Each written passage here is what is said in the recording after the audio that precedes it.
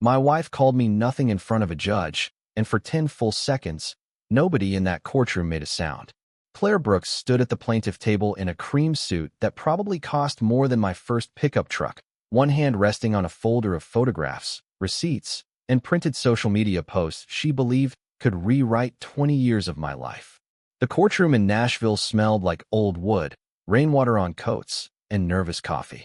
Fluorescent light pressed down on everyone equally, but Claire still managed to look like she thought the room belonged to her. She pointed at me with a calm little smile and said, "Your Honor, Nathan was nothing before me. Nothing but a small-time contractor with dirty boots and a borrowed toolbox." My attorney, Paul Hensley, did not move. I did not move either. I just sat there with my hands folded, feeling the dust on my work boots dry into gray lines along the leather. That was the part she wanted the judge to see. The boots. The calluses. The plain blue shirt from a construction supply store outside Franklin. She wanted me to look small, unfinished, replaceable. Maybe to some people, I did. I was 45 years old, born and raised in Tennessee, the kind of man who still kept the tire gauge in his glove box and measured a good day by whether the crew got home safe. I never learned how to look rich. I learned how to build things that did not fall down. Claire used to admire that. Back when we were young, she said my hands made her feel safe because they belonged to a man who knew how to fix what was broken. Now she was using those same hands as evidence that I did not deserve what they had built. Her lawyer stood beside her, smooth as polished stone, telling the court that Claire had elevated my reputation, shaped my public image, opened doors with clients, and turned Brooks Construction from a local outfit into something valuable. He said she deserved the Belle Meade house, half the company, access to equipment accounts, and compensation connected to the 180 acres of family land my father left behind. Every word sounded clean. That is how lies work best in court. They were pressed suits and speak in complete sentences. I looked at Claire while he talked. She would not meet my eyes. She watched the judge instead, because the judge was the only audience that mattered now.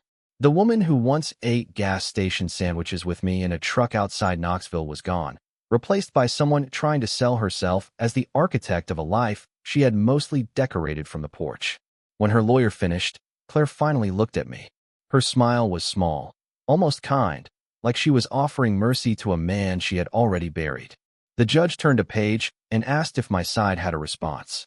Paul leaned toward me, but I touched his sleeve once. Not hard, just enough. Then I stood up. The wooden chair gave a soft scrape against the floor, and every head in the room turned. My voice was calm when I spoke, but inside my chest, 14 years of being underestimated sat heavy as wet concrete. "Your Honor," I said, "before she takes credit for land she never owned and a company she never built, I need 60 seconds. Claire let out a quiet laugh, the kind meant to make me look desperate. The judge looked over his glasses. 60 seconds, Mr. Brooks." I nodded, reached for the old leather folder in front of me, and for the first time that morning, Claire stopped smiling. The judge granting me 60 seconds did not feel like permission. It felt like a door opening at the end of a hallway I had been walking for years. I lifted the old leather folder from the table, and Claire's eyes followed it like she had just noticed a shadow moving behind her. She had seen that folder before, though she probably did not remember. It was the kind of thing men like me keep too long, brown at the corners, soft from truck seats and office drawers, stuffed with papers that smell faintly of dust and copier ink. Claire always hated that about me. She liked clean surfaces, glass desks, digital calendars, and documents stored in pretty folders with labels. I liked hard copies. Ink. Signatures. Pages you could lay flat under a judge's hand. Before I opened it, the courtroom seemed to tighten around the sound of rain tapping the tall windows. Claire's lawyer gave a patient smile, the kind men use when they think a working man is about to embarrass himself with emotion instead of evidence. I had seen that smile on bankers, developers, inspectors, and customers who thought dirty boots meant a simple mind. It never offended me much. Underestimation has always been a cheap fence to climb. "Your Honor," Paul said carefully beside me, "with the court's permission, we would like to submit a document relevant to asset classification." The judge nodded. Claire shifted her weight. That was the first crack. Until that moment, she had been performing certainty. Chin level, shoulders square, mouth calm. But when Paul said asset classification, Her fingers moved against the edge of her folder. Small motion. Easy to miss. I did not miss it. Men who build for a living learn to watch for tiny signs before something gives way. A hairline split in drywall. A damp corner under a window frame. A foundation settling 1/8 of an inch where it should not. Marriages do the same thing. They fail in small movements long before anything collapses. While Paul handed the first copy to the clerk, Claire's lawyer cleared his throat and said, "Your Honor, we object to any surprise materials not previously disclosed." Paul did not blink. It was disclosed in discovery under premarital and trust documentation. Counsel received it 6 weeks ago. The judge looked at Claire's lawyer. The smile left his face in pieces. "Is that correct?" the judge asked. The lawyer glanced down at his own stack of papers, suddenly less polished, flipping pages with a speed that told the room he was searching for a life raft. Claire turned toward him, and I saw confusion sharpen into irritation. She had trusted him to make the paper disappear under the prettier story. But paper has a stubborn soul. It waits. It remembers. It does not care who has better lighting in family photos. The clerk carried a copy to the bench. The courtroom went quiet enough to hear the page slide across the wood. I looked at the document from where I stood, and for a second, I was not in Nashville anymore. I was 29 years old, standing in my father's old farm office outside Columbia, Tennessee, with a ceiling fan clicking. Above me and a lawyer named Mr. Whitaker explaining why land should be protected before love made people careless. My father had died the year before, leaving me 180 acres of stubborn dirt, 2 equipment sheds, a tired pickup, and a warning written in the way he lived. He used to say, "Son, never let a loud room rewrite a quiet man's work." Back then, I thought he meant business. I did not know he meant marriage too. Claire had been there that day. She sat beside me in a navy dress, holding my hand under the table while Mr. Whitaker explained the Brooks family trust. She told me it was responsible. She said my father would be proud. She even joked that she was marrying me, not the land. That memory stood in the courtroom with us now, older and less kind. The judge adjusted his glasses and began reading. Claire's face stayed still, but the color under her makeup changed. She knew. Maybe not every clause, maybe not every legal term, but she knew the shape of what was coming. I had not brought anger to court. I had brought the day she signed the truth. The judge read the first page slowly, and every second felt longer than the last. I watched his eyes move across the lines my father had insisted on protecting 16 years earlier, the language dry and plain, the kind lawyers use when they want emotion kept outside the fence.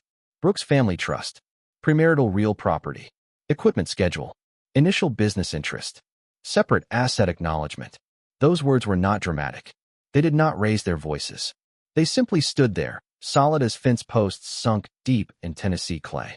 Claire's lawyer stopped flipping pages because he had found what he was looking for, and what he found did not help him. He leaned toward Claire and whispered something. She did not whisper back. Her eyes were fixed on the document in the judge's hands, and for the first time that morning, the woman who had walked into court certain of her story looked like she had found a locked door where she expected applause. The judge looked up. "Mrs. Brooks, this document appears to carry your signature." The courtroom did not move. Claire blinked once. "I sign many documents. During the marriage, Your Honor." Her voice was still composed, but it had lost that polished edge. It sounded like glass wrapped in a towel. The judge glanced back down. "This one is dated 3 weeks before your wedding." That line landed harder than anything I could have said. 3 weeks before the wedding, Claire and I were not enemies. We were choosing flowers, arguing about barbecue versus plated dinner, laughing over the fact that my best man wanted to wear cowboy boots with a suit. She had sat in Mr. Whitaker's office with her legs crossed at the ankle, sunlight across her hair, telling me that protecting my father's land did not scare her. Back then, she said love did not need ownership to be real. I believed her. Maybe she believed herself. That is the painful thing about some lies. They are not always born as lies. Sometimes they begin as promises that rot when ambition finds them later. Paul stood and placed another page before the clerk. "Your Honor, this is the signed acknowledgement attached to the trust addendum. It specifically states that Mrs. Brooks understood the family land, original equipment, and initial Brooks construction ownership interest were separate premarital assets." Claire's lawyer rose quickly. "Your Honor, We would argue that Mrs. Brooks did not have meaningful independent counsel at the time. Paul turned a page in his own copy. She did. Page for lists her attorney, Margaret Ellison, with a signed receipt of review. We have that receipt as well. There was a pause so clean it almost shone. Claire's lawyer sat down slower than he had stood. I did not look at him. I looked at Claire. Her mouth had tightened into a thin line, and I knew that expression. I had seen it in restaurants when a reservation was wrong. At charity events when someone forgot to introduce her properly. At home when I came in late from a job site and tracked dust near the back door. It was the face she made when reality failed to obey her. But courtrooms do not care about charm. They care about records. And records, once admitted, have a way of speaking louder than grief. The judge turned another page. Mrs. Brooks, did you write an email the same week? Stating, quote, I am glad Nathan is protecting his father's land before we start our life together. Claire's eyes moved to me then, not with love, not even anger, with accusation, as if I had betrayed her by keeping proof of the truth. I remembered that email. She had sent it from her apartment in Green Hills at 11:30 at night, after I apologized for making the trust conversation feel unromantic. She wrote back that my father's land was sacred and that a good marriage respected roots. I printed it because my father had taught me to keep records. I never imagined I would one day need a woman's own kindness to defend myself from her later greed. Claire swallowed. I may have written that, she said, but I did not understand the long-term implications. The judge leaned back slightly. You were represented by counsel. I trusted him, she said, pointing toward me without fully turning. I trusted my husband. For the first time, something hot moved through my chest. Not rage. Rage is messy. This was sharper, cleaner. The insult was not that she wanted a fair divorce. People grow apart. Courts divide what belongs in the middle. The insult was her trying to dress up regret as deception, trying to make my responsibility look like a trap. I stood there in my plain shirt and dirty boots while the woman who once praised my caution now called it manipulation because caution had survived her story. Paul placed one final sheet on the table. Your Honor, there is more. The company growth Mrs. Brooks is claiming as image-driven began with 3 commercial contracts secured before the first public campaign she references. We have bid records, permits, payroll, loan payoff documents, and dated client agreements. He paused just long enough for the room to breathe. The social media post came later. Claire looked down at her folder of glossy photographs. For the first time, they looked small. Claire's folder of glossy photographs had been her favorite weapon all morning. She had pictures from charity dinners in Belle Meade, ribbon cuttings outside renovated storefronts, client appreciation nights with string lights and catered food, and carefully staged posts. Where she stood beside me in a dress that caught every camera flash while I wore a jacket that still smelled faintly of lumber. Her lawyer had built a story around those images. In that story, I was the quiet labor and she was the vision. I was the hammer. She was the hand that supposedly guided it. It sounded elegant if you ignored the invoices, the permits, the weather delays, the payroll Fridays, the bank meetings, the 3 winters when I drove 90 miles before sunrise to keep projects alive, while Claire slept in a house I was still paying for. The judge looked at the bid records Paul submitted, then at the stack of photographs on Claire's table. Counsel, he said to Claire's lawyer, are you arguing that social events created the underlying value of these premarital and business assets? Claire's lawyer stood, but the confidence had drained from his suit. Your Honor, Mrs. Brooks contributed substantially to the company's public image, community relationships, and client-facing reputation. Paul rose slowly. We do not dispute that Mrs. Brooks attended events. We dispute the claim that attendance converted separate assets into marital property or created the contracts already documented before those campaigns. The words were dry, but they cut clean. Claire's face tightened again. I remembered the first time she planned a client dinner. It was at a steakhouse in Franklin, nothing fancy, just 20 people in a private room with iced tea, prime rib, and a sheet cake from Publix because one of the foremen had a birthday. Claire wore a green dress and squeezed my arm afterward, thrilled that people had complimented the evening. I was proud of her that night. Truly proud. I told her she had made everyone feel welcome. What I did not know was that somewhere along the way, welcome had become ownership in her mind. Helping had become claiming. Standing beside me had become building everything. The judge turned another page. Mr. Hensley, what is the timeline on the 3 commercial contracts referenced here? Paul did not need to search. He knew the dates because we had lived inside them for weeks. The first was awarded in March 2009, 8 months before Mrs. Brooks's first documented marketing involvement. The second was awarded in June 2009 through a sealed bid process.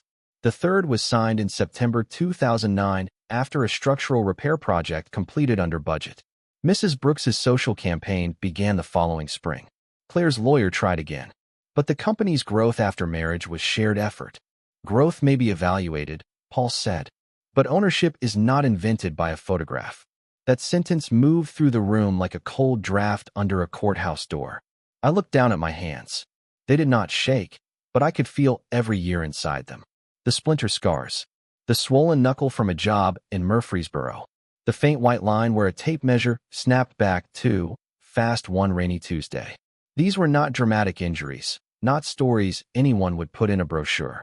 They were just receipts written on skin. Claire had receipts too, I suppose. Dinner menus, seating charts, thank you notes, community boards, things that mattered in their own way. I would not take that from her. But there is a difference between helping polish a door and claiming you poured the foundation. The judge asked Claire directly, Mrs. Brooks, were you involved in acquiring the family land? She lifted her chin. No, Your Honor. Were you involved in forming the original trust? No. Were you involved in purchasing the initial equipment listed in the schedule? Her voice lowered. No. Were you aware, before the marriage, that these items were classified separately? Claire looked at me then, and for a second, the courtroom disappeared. I saw the younger version of her in Mr. Whitaker's office, smiling softly, telling me my father's land should stay protected. I almost wanted her to say it now, not because it would help me, because some part of me still wanted proof that the woman I married had existed. Instead, she looked back at the judge and said, I trusted what I was told. The judge studied her for a long moment. That was not my question. The silence that followed did not feel empty. It felt full of everything she refused to admit. Finally, Claire said, Yes, I was aware. Paul sat down. He did not need to press harder. A good lawyer knows when the truth has already entered the room and taken a seat. Claire's glossy photographs remained spread across her table, bright, expensive, and suddenly weightless. For years, she had believed image could outtalk records. But in that courtroom, under flat fluorescent light, the life she tried to claim was being measured by signatures, dates, and ownership lines. And those lines did not bend toward her. The moment Claire admitted she knew, the courtroom changed shape. It was not dramatic in the way movies make it dramatic. No one gasped. No one stood up in shock. The rain kept ticking against the courthouse windows. The fluorescent lights kept humming. And somewhere in the hallway a clerk laughed softly at something unrelated to the end of my marriage. But inside that room, the foundation under Claire's story shifted. She had built her claim on confusion, sacrifice, and a polished kind of helplessness. Now the judge had heard her say the one word that mattered. Yes. Yes, she had been aware. Yes, she had signed. Yes, she had known the land was protected before she ever wore my ring. Her lawyer tried to recover by moving away from the trust and toward the marital home in Belmead. That house had become her second battlefield. She described it like a monument to her taste. All white brick, black shutters, wide porch, designer lighting, and hydrangeas she hired someone else to plant. She said she chose every finish, every cabinet pull, every marble counter, every piece of furniture placed just right for photographs during the fundraisers she hosted. In her version, the house had become valuable because she made it beautiful. Paul did not insult her for that. He simply opened another folder. Your Honor, he said, the Belmead property was purchased through proceeds from the sale of a premarital commercial lot owned by the Brooks Family Trust, with improvements paid through a documented construction loan serviced by Brooks Construction operating income. We agree there may be marital considerations related to furnishings and certain improvements, but the underlying property claim being made here is overstated. Claire turned toward him sharply. Overstated. Her voice cracked around the word. I made that house a home. For the first time all morning, that sentence hurt more than it angered me. Because she had, in some ways. She had picked the porch swing. She had framed the old black and white photo of my father standing near the south pasture. She had hosted Thanksgiving there with candles in every window and my mother crying quietly because the place felt warm after years of grief. Claire was not a stranger in my memories. That was what made the courtroom feel cruel. The woman trying to take everything had also once helped make some things beautiful. The problem was not that she had contributed nothing. The problem was that she wanted her contribution to erase everyone else's. The judge asked for the purchase documents. Paul provided them. Page by page, the story became less emotional and more precise. Dates, wire transfers, closing statements, trust disbursements, loan records. Claire's lawyer objected twice and softened both times when the judge asked for the basis. I watched Claire's face as each exhibit landed. Anger gave way to calculation. Then calculation gave way to something thinner. Fear, maybe, or the first cold touch of consequence. Then came the equipment accounts. That was where she had expected the easy money. Excavators, skid steers, trailers, compressors, trucks, grading tools, storage units. To her, they were numbers in a spreadsheet. To me, they were mornings that started at 4:30, diesel fuel on gloves, repair bills paid before I paid myself, crews waiting on payroll, and 1,000 small decisions nobody clapped for. Her lawyer argued that the equipment supported marital income and therefore should be divided broadly. Paul agreed that income earned during marriage would be reviewed under the law, but the original equipment schedule, replacement structure, depreciation records, and business debt obligations told a different story than Claire's simple half of everything demand. The judge listened carefully. That mattered. He was not handing me victory because I looked wounded or because Claire looked greedy. He was following the paper, and in that strange way, it felt cleaner than comfort. Near noon, Claire asked for a break. The judge granted 10 minutes. As people stood, chairs scraped and voices returned in low murmurs. Claire walked past me toward the hallway. For 1 second, her perfume crossed the air between us, the same scent she wore the night we closed on our first small house outside Franklin.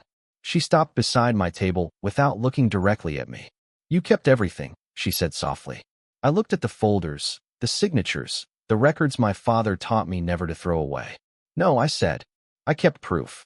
Her mouth trembled once, then hardened again. "You wanted this." I shook my head. I wanted a wife who remembered the truth without needing a judge to read it to her. She walked away before I could say anything else, heels clicking against the courthouse floor, and for the first time that day, she sounded less like a woman leaving a room and more like a woman running out of story. The 10-minute break felt longer than the hearing itself. I stayed at our table while Paul stepped into the hallway to take a call, leaving me alone with the folders spread in front of me like pieces of a life being sorted for auction. Across the room, Claire stood near the window with her lawyer, speaking in a low, tight voice. Her hands moved sharply, pointing once toward me, then toward the bench, then down at the documents as if anger could rearrange ink. I looked away. There are moments when watching someone lose control does not feel satisfying. It just feels like seeing weather move through a house with no roof. I used to know how to calm her down. A hand on her shoulder. A quiet joke. A promise that we would figure it out. For years, that had been my job. Keep the crew steady. Keep the bank steady. Keep Claire steady. A man can mistake steadiness for love if no one ever asks whether he is tired. When the bailiff called us back, Claire returned to the table with her chin lifted again, but the confidence was thinner now, like paint over old water damage. Her lawyer shifted tactics. If the trust, land, and original equipment were harder to reach, he would try to make me look dishonest for protecting them. He stood and spoke about secrecy, financial control, hidden structures, a husband who kept his wife in the dark while benefiting from her social labor. It was a neat accusation, smooth enough that I could almost admire the craftsmanship. Almost. Paul let him finish, then opened the next section of our evidence. "Your Honor, we have multiple communications showing Mrs. Brooks was informed of these structures throughout the marriage."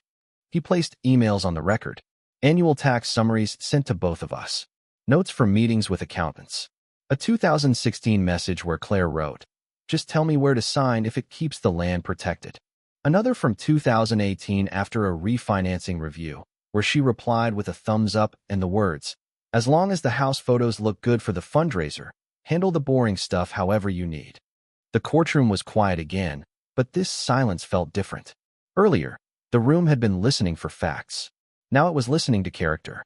Claire stared at the emails like they had been written by some other version of her, A woman she wanted the court to forget. I understood that feeling. Divorce turns old messages into witnesses. Jokes become evidence. Casual words grow teeth. The judge read the 2018 email twice. "Mrs. Brooks," he said, "these communications suggest you were not excluded from the financial structure. You appear to have acknowledged it." Claire's lawyer rose. "Your Honor, informal replies do not equal informed consent." Paul nodded once. "Which is why we also submitted meeting attendance records, signed annual disclosures, and the independent counsel receipt previously discussed." He did not sound triumphant. That was why Paul was good. He understood that the strongest evidence does not need a drum roll. Claire leaned toward her lawyer, whispering fast.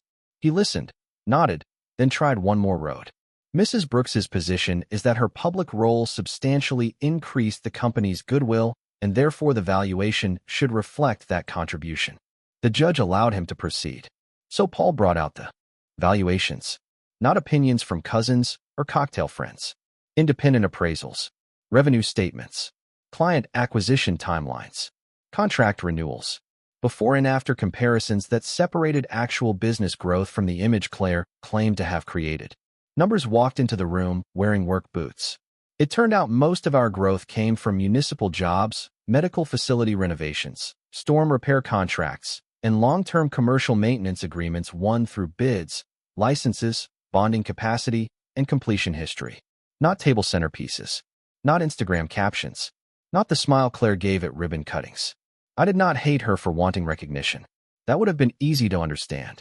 I hated the way she tried to turn recognition into ownership of things she had once promised to respect.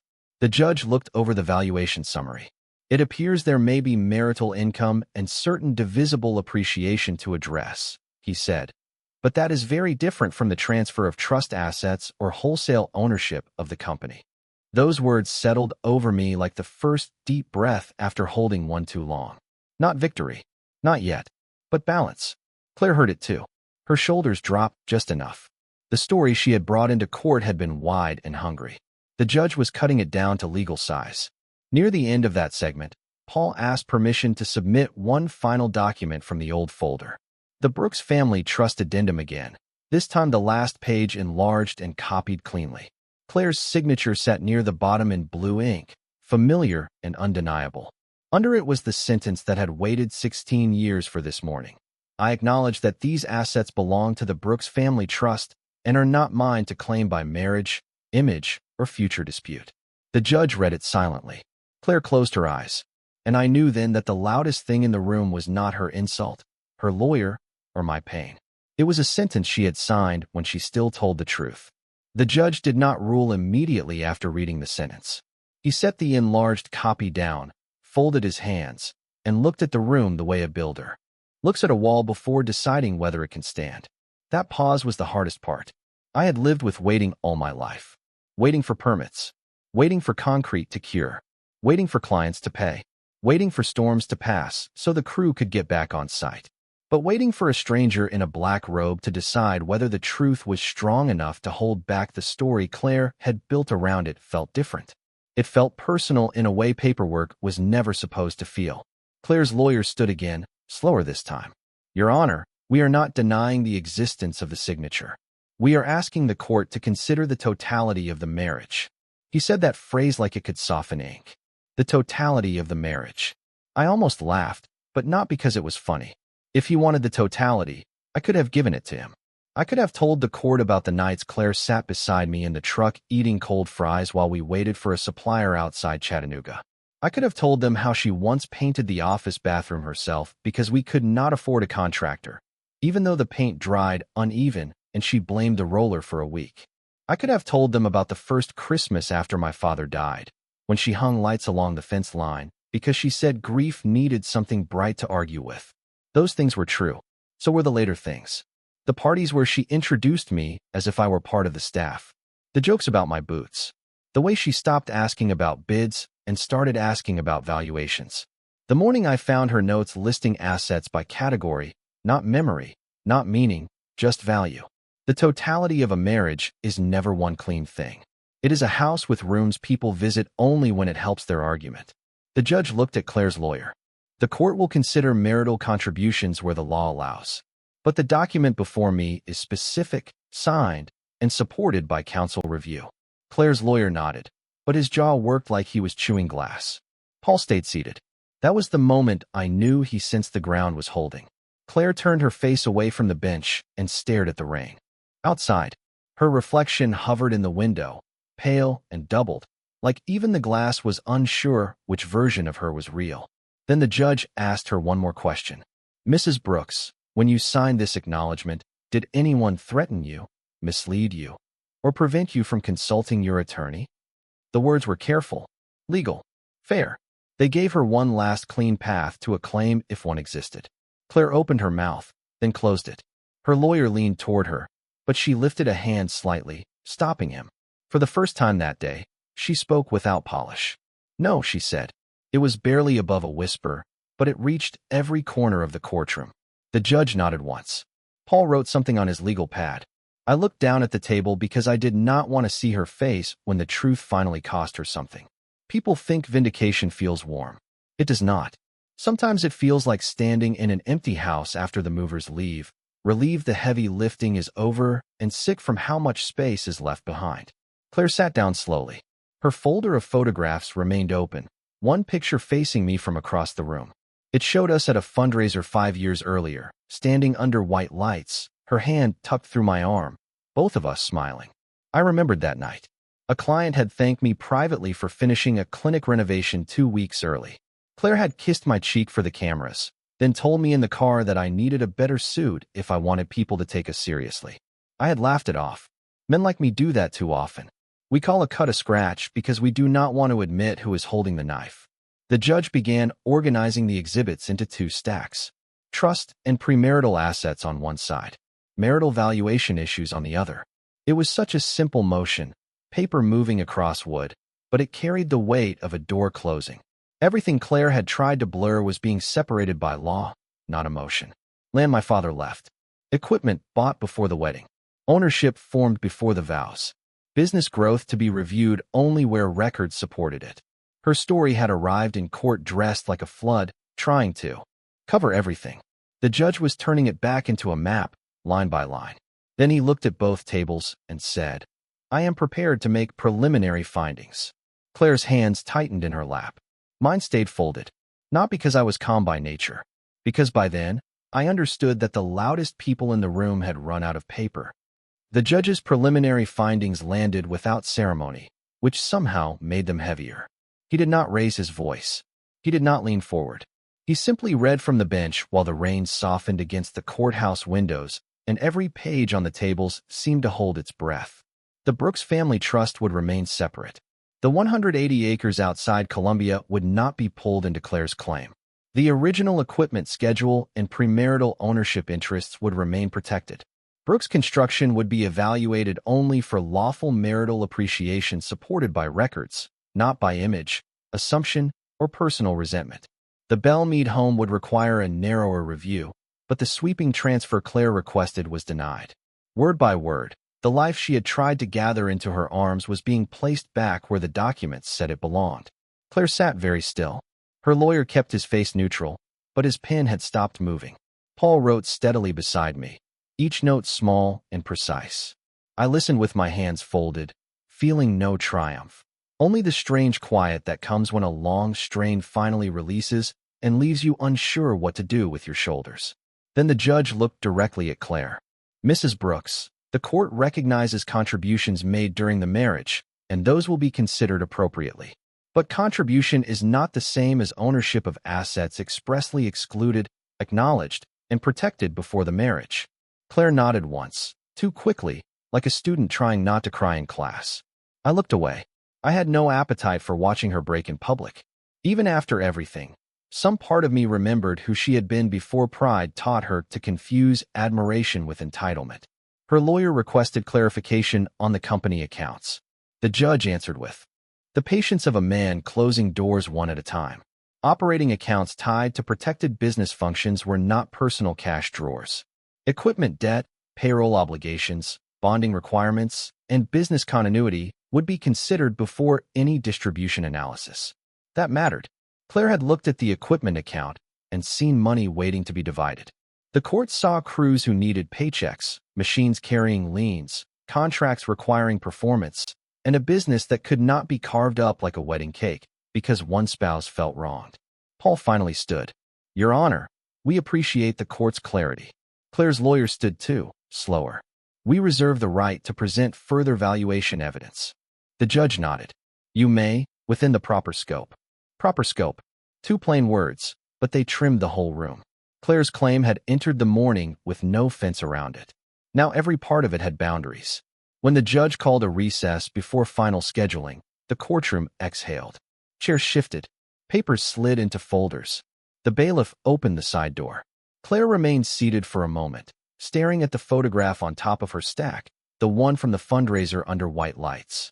Then she turned it face down. I do not know why that hurt me, but it did. Maybe because I had spent the whole morning defending the truth, and still, I knew some pieces of our life had been true before they became weapons.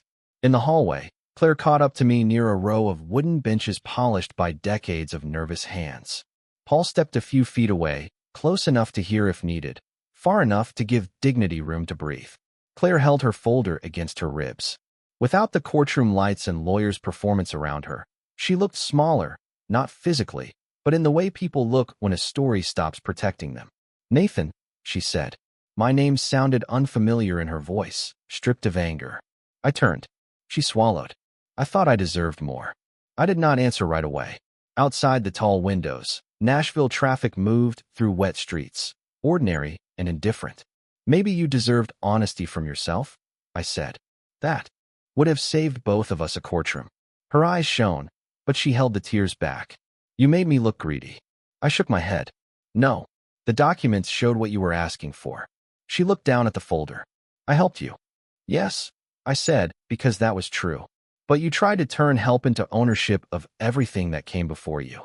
That sentence stood between us, not cruel, not soft, just accurate. Claire opened her mouth, then closed it. For once, there was no polished answer waiting. No photograph. No speech. No version of me she could reduce to dirty boots and borrowed tools. Only a hallway, a folder, and the quiet fact that some signatures outlive the stories people tell after them. By the time we returned to the courtroom, the worst of it was already over, though nobody had said that out loud. Claire sat at her table with her folder closed, both hands resting on top of it like she was holding down a version of herself that kept trying to get back out.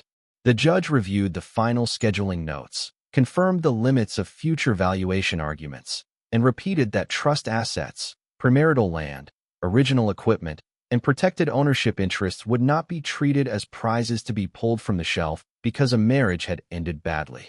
Claire would receive what the law allowed her to receive. Nothing less. But nothing she had signed away, nothing she had once respected, and nothing she had tried to rename once respect stopped benefiting her. That was the difference she never understood. Justice is not a handout for the louder person. It is a line drawn where memory gets messy. When the hearing ended, Paul closed our files and gave me a small nod. Not a celebration, just acknowledgement. A crew foreman gives the same nod when the last beam settles into place and everyone knows the building will stand. I looked at Claire one more time. She did not look back.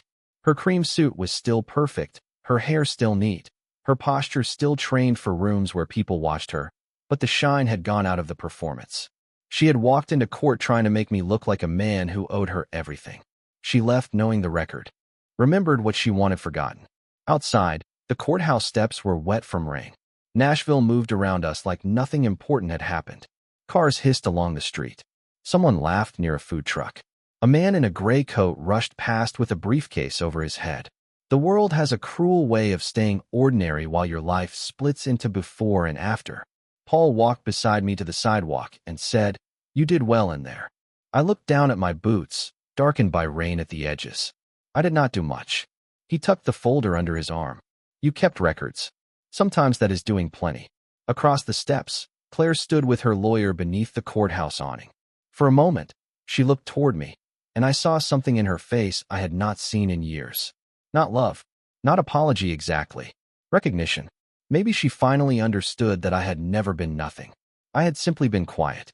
There is a difference. Quiet men still build houses. Quiet men still sign payroll.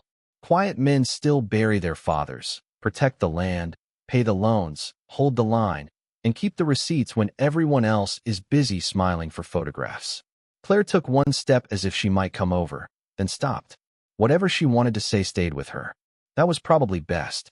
Some conversations do not heal anything. They only reopen doors that should remain closed. I drove back south that afternoon in my old truck, the same one she had mocked in court through her lawyer's polished little story. The highway stretched wet and silver under a low Tennessee sky. Past Franklin, the city softened into fields, fence lines, and bare winter trees. By the time I reached the family land outside Columbia, the rain had stopped. I parked near the old equipment shed, stepped out, and stood facing the 180 acres my father had trusted me to protect. The clay was damp under my boots. The pasture rolled quiet toward the tree line. Nothing applauded. Nothing needed to. I thought about the day Claire signed that paper before our wedding, smiling as if love made the truth easy. I thought about how far a person can travel from their own signature when pride starts driving. Then I folded the copy of the court order, placed it in the glove box, and closed the truck door. I did not win because I hated her. I won because a quiet man's work still belongs to him, even after someone else tries to tell the room it never did.